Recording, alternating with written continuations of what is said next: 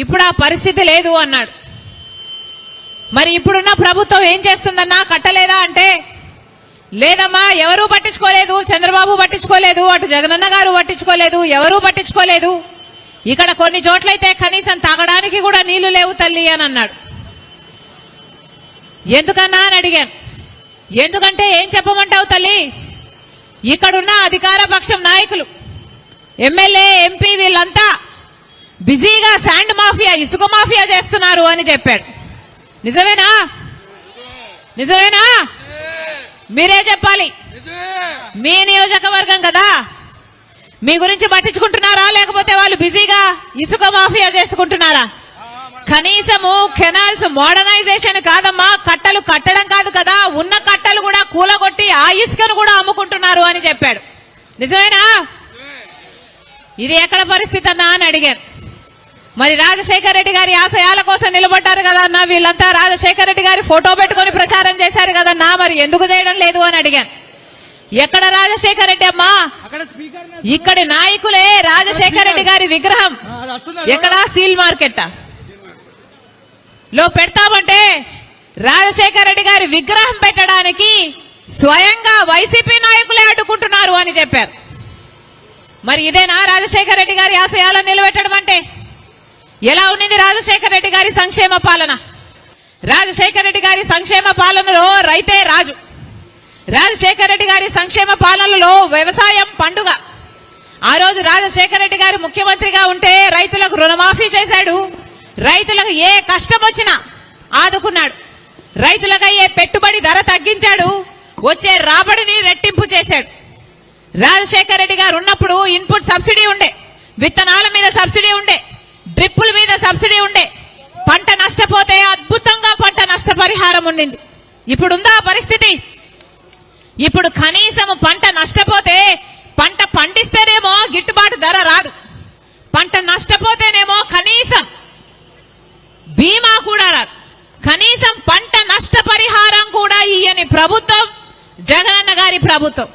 మరి ఏమనాలి? ఇదేనా రాజశేఖర రెడ్డి గారి ఆశయాలను నిలబెట్టడం అంటే? రాజశేఖర రెడ్డి గారి పరిపాలన, సంక్షేమ పరిపాలన ఎక్కడ? జగనన్న గారి పాలన ఎక్కడ?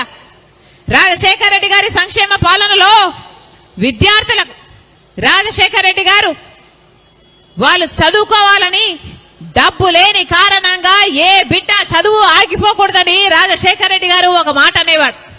ఏమనేవాడు? మీరు ఏది కావాలంటే అది చదువుకోండి, మీరు డాక్టర్ అవుతారా, మీరు ఇంజనీర్ అవుతారా, మీరు ఎంబీఏ చేస్తారా, మీరు ఎంసీఏ చేస్తారా, మీరు ఏది కావాలంటే అది చదువుకోండి, ప్రభుత్వమే ఉచితంగా చదివిస్తుంది అన్నాడు రాజశేఖర రెడ్డి గారు. అది ఫీజు రీఎంబర్స్మెంట్. రాజశేఖర రెడ్డి గారు ఉన్నప్పుడు ఎంతమంది పేద బిడ్డలు డాక్టర్లు, ఇంజనీర్లు, ఎంబీఏలు, ఎంసీఏలు లక్షణంగా చదువుకున్నారు, ఈరోజు లక్షణంగా ఉద్యోగాలు చేసుకుంటున్నారు. ఇప్పుడు ఫీజు రీఎంబర్స్మెంట్ లేదు. కూలీ నాలీ చేసుకుని కన్న తల్లిదండ్రులే వాళ్ళ డబ్బులు కూడబెట్టుకుని అప్పులు చేసి ఆ బిడ్డలను చదివిస్తే కనీసం ఉద్యోగాలు వస్తున్నాయా అంటే ఉద్యోగాలు కూడా లేవు. ఈరోజు మన రాష్ట్రంలో 19 లక్షల మంది విద్యార్థులు చదువుకున్నారు కానీ ఉద్యోగాలు లేక నిరుద్యోగంతో బాధపడుతున్నారు. చిన్న చిన్న ఉద్యోగాలు, ఆఖరికి 10,000, 12,000 ఉద్యోగాలు చేసుకుంటున్నారు అంటే మరి ఆ పాపం ప్రభుత్వానికి కాదా? ఎన్ని ఉద్యోగాలు వేశారు? ఎంతమందికి భర్తీ చేశారు? ప్రతి సంవత్సరము జాబ్ క్యాలెండర్ అన్నాడు జగనన్న గారు. జనవరి 1న జాబ్ క్యాలెండర్ విడుదల చేస్తానన్నాడు. ఎన్ని జనవరి 1 అయిపోయింది, ఎన్ని జాబ్ క్యాలెండర్లు విడుదల చేశారు?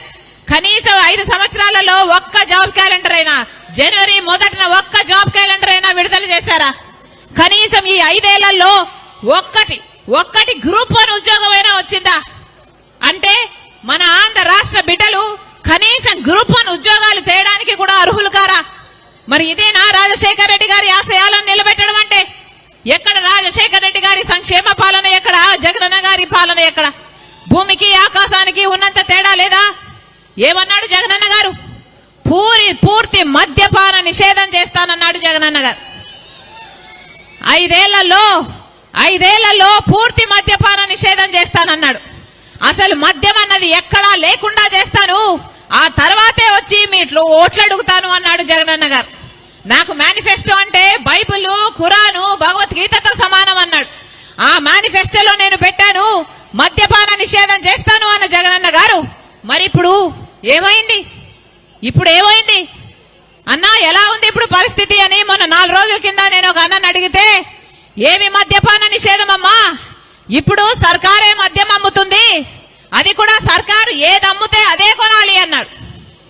అదేంటన్నా అంటే, ఇప్పుడు కొనాల్సింది వేరే వేరే బ్రాండ్లు ఏం దొరకవమ్మా, ఏదో బూమ్ బూమ్ అంట, స్పెషల్ స్టేటస్ అట, ఇవే దొరుకుతాయి తల్లి అన్నాడు. ఈరోజు ప్రత్యేక హోదా తేవడం కథ ఏమో గాని స్పెషల్ స్టేటస్ అని మందుబాటలు అయితే వచ్చింది, జగనన్న గారి పుణ్యం. మరి ఇదేనా మాట నిలబెట్టుకోవడం అంటే? ఇప్పుడు కనీసం ఆన్లైన్ సేల్స్ లేవు, ఒక కార్డుతో పేమెంట్ లేదు, మద్యం షాపులో పూర్తి క్యాష్ పేమెంట్లే అంటున్నారు. ఎందుకు అని అడుగుతున్నాం. అంటే రాష్ట్రానికి వచ్చే ట్యాక్సులు రావటం లేదు, కేంద్రానికి వచ్చే ట్యాక్సులు పోవటం లేదు, అయినా కూడా పూర్తి అక్రమం అయినా కూడా యథేచ్ఛగా మద్యం అమ్ముకుంటున్నారు. ఏం చేతనైంది? ఈ 10 సంవత్సరాలైంది మనకు రాష్ట్రం ఏర్పడి. మరి ఈ 10 సంవత్సరాలలో కనీసం ఒక్క అడుగన్నా ముందుకేసావా? ఒక్క అడుగన్నా అభివృద్ధి చెందిందా? అదే మనకు స్పెషల్ స్టేటస్ వచ్చుంటే, ప్రత్యేక హోదా వచ్చుంటే మన రాష్ట్రం ఎక్కడో ఉండేది, పెద్ద పెద్ద పరిశ్రమలు వచ్చేది, రాజధాని పూర్తయిపోయేది, పోలవరం ప్రాజెక్టు పూర్తయిపోయేది, మాట మీద నిలబడే ప్రభుత్వం ఉన్నా కేంద్రంలో ఉన్నా పూర్తయిపోయేది, కనీసం రాష్ట్రంలో కనీస నిజాయితీతో ఒక మంచి ఉద్యమం చేస్తున్నా ఇవన్నీ సాధ్యమయ్యేది. కానీ ఆలోచన చేయండి, 10 సంవత్సరాలైంది రాష్ట్రం ఏర్పడి, ఇప్పటి వరకు మనం ఒక్కటి కూడా సాధించుకోలేదు. మరి మనం ఏం అభివృద్ధి చెందినట్టు?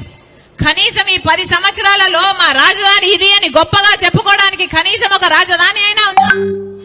20 లక్షల ఎకరాలకిచ్చే నీళ్ళిచ్చే పోలవరం ప్రాజెక్టు పూర్తయిపోతే పెద్ద పెద్ద పరిశ్రమలు రాకపోయినా మన కాళ్ళ మీద మనం నిలబడేవాళ్ళు, మన రైతులు మన కాళ్ళ మీద వాళ్ళు నిలబడేవాళ్ళు. పోనీ అదైనా అయిందంటే అది కాలేదు.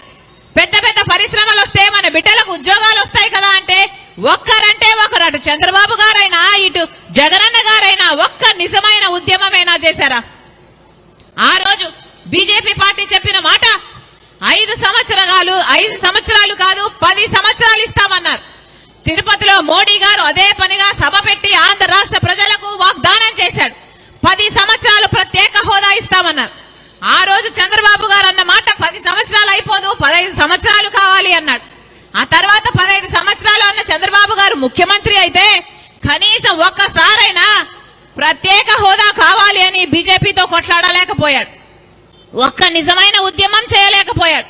ఆ రోజుల్లో జగనన్న గారు ప్రతిపక్ష నాయకుడు, ఆ రోజుల్లో జగనన్న గారు చెప్పిన మాట నిరాహార దీక్షలు చేశాడు, ప్రత్యేక హోదా ఎందుకు ఇవ్వడం లేదు, ఎందుకు కొట్లాడటం లేదు అని నిలదీశాడు. ఆ రోజుల్లో జగనన్న గారు చెప్పిన మాట అందరం మూకుమ్మడిగా రాజీనామాలు చేద్దాం, కేంద్ర ప్రభుత్వం ప్రత్యేక హోదా ఎందుకు ఇవ్వదో చూద్దాము అన్నాడు జగనన్న గారు. మరి జగనన్న గారు ముఖ్యమంత్రి అయినాక ప్రత్యేక హోదా కోసము ఎంతమంది రాజీనామాలు చేశారు? మూకుమ్మడిగా ఎంతమంది రాజీనామాలు చేశారు? రాజీనామాలు కాదు కదా, కనీసం ఒక్కసారైనా ప్రత్యేక హోదా కావాలి అని మీరు మోడీ గారిని నిలదీయగలిగారా? ఒక్క నిజమైన ఉద్యమమైనా చేయగలిగారా? మీరా మాట మీద నిలబడేది. రాజశేఖర రెడ్డి గారు మాట తప్పకుండా మడమ తిప్పకుండా పరిపాలన చేశారు, మాట కోసం ప్రాణమైనా ఇచ్చేవాడు రాజశేఖర రెడ్డి గారు. మరి ఏమైంది? జగనన్న గారు పూర్తి మద్యపాన నిషేధం అన్నాడు, ఆ మాట నిలబెట్టుకోలేదు, ప్రత్యేక హోదా అన్నాడు, ఆ మాట నిలబెట్టుకోలేదు. మరి ఇదేనా రాజశేఖర రెడ్డి గారి ఆశయాలను నిలబెట్టడం అంటే? ఈరోజు మన రాష్ట్రంలో 8 లక్షల కోట్ల అప్పుల కుప్ప ఉంది, 8 లక్షల కోట్ల అప్పులు చేశాడు జగనన్న గారు. పోనీ ఇంత డబ్బు తెచ్చారే, మన రాష్ట్రంలో దేనికైనా డబ్బు ఉందా? దేనికి డబ్బు ఉంది? బీడీ బిచ్చము కళ్ళు ఉద్దరా అని ఒక సామెత ఉంది, విన్నారా? బీడీ బిచ్చం కళ్ళు ఉద్దర. ఈరోజు 8 లక్షల కోట్ల అప్పు తెచ్చారు కానీ దేనికి డబ్బు లేదు. రాజధాని కడదామంటే డబ్బు లేదు, పోలవరం కట్టుకుందామంటే డబ్బు లేదు, పెద్ద పెద్ద పరిశ్రమలు పెట్టుకుందామంటే డబ్బు లేదు, ఆఖరికి రోడ్లు వేసుకుందామంటే డబ్బు లేదు, జీతాలు ఇవ్వాలంటే డబ్బు లేదు, ఫీజు రీయింబర్స్మెంట్ ఇవ్వాలంటే డబ్బు లేదు. ఇదిగో ఇక్కడ అన్నలు ఉన్నారు, వీళ్ళ పెన్షన్ పాలసీ మార్చి వాళ్ళ కడుపులు కొడుతున్నారు, వాళ్ళ జీవితాలను కొడుతున్నారు, వాళ్ళ కుటుంబాలంతా రోడ్ల మీద పడతాయి అని ఎంతమంది ఎంప్లాయీస్ చెప్తున్నారు.